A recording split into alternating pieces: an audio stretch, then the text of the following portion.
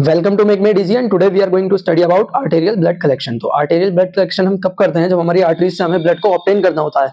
Mostly आपने सुना होगा ABG test, arterial blood gas test. तो इसमें हम क्या करते हैं, जो हमारी आर्टरीज में गैसेज है like oxygen and carbon dioxide, mostly oxygen ज्यादा होती है तो वो हम चेक करते हैं। तो उसे चेक करने के लिए हमें आर्टरीज से ब्लड को क्या करना पड़ता है, निकालना पड़ता है। और जिस मेथड को हम क्या कहते हैं, आर्टेरियल ब्लड कलेक्शन।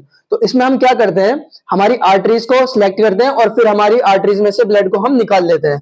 तो ये ज्यादा डिफिकल्ट होता है हमारे वीनस ब्लड कलेक्शन से। क्यों? क्योंकि हमारी वेन्स जो है हम उनको इजीली लोकेट कर सकते हैं। वो काफी सुपरफिशियल होती है, मतलब ऊपर ही एकदम होती है।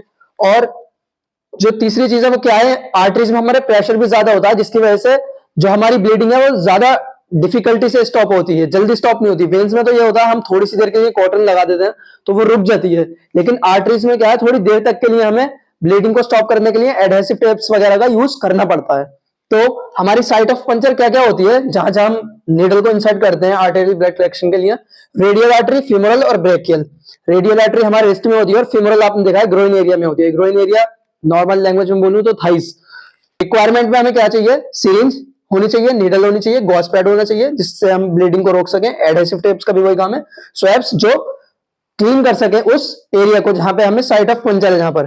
तो प्रोसीजर क्या होता है, सबसे पहले हमें ग्लव्स को वेयर करना है, पेशेंट को पोजीशन में रखना है कंफर्टेबल, उसको कोई डिस्कंफर्ट नहीं होना चाहिए। दूसरा स्टेप क्या है, हमें लोकेट करना है हमारी आर्टरी को इन रिस्ट। रिस्ट में जब हम कर रहे हैं तो वो कौन सी आर्टरी होगी, रेडियल।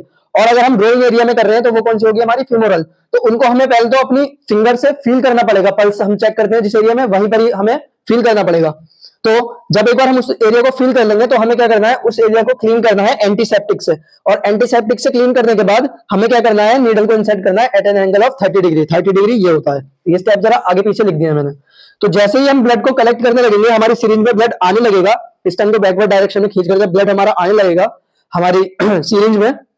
तो हमें क्या करना है, जब पूरी हमारी सिरिंज फिल हो जाएगी ब्लड से तो हमें आराम आराम से अपनी नीडल को क्या करना है, रिमूव करना है साइट ऑफ पंचर से। और रिमूव करते ही फौरन वहां पर हमें क्या लगा देना है, गॉस पैड लगा देना है, ताकि हमारी ब्लीडिंग रुकने लगे। और गॉस पैड लगाने के बाद हमारी हमारी जो सिरिंज है उसकी नीडल पे हमें नीडल कैप लगाना है। और कैप लगाने के बाद नीडल को पूरी रिमूव कर देना है हमारी सिरिंज से। और फिर क्या करना है, एक कंटेनर में हमें जो है ब्लड को एक्सपेल कर देना है फर्दर लेबोरेटरी टेस्टिंग के लिए।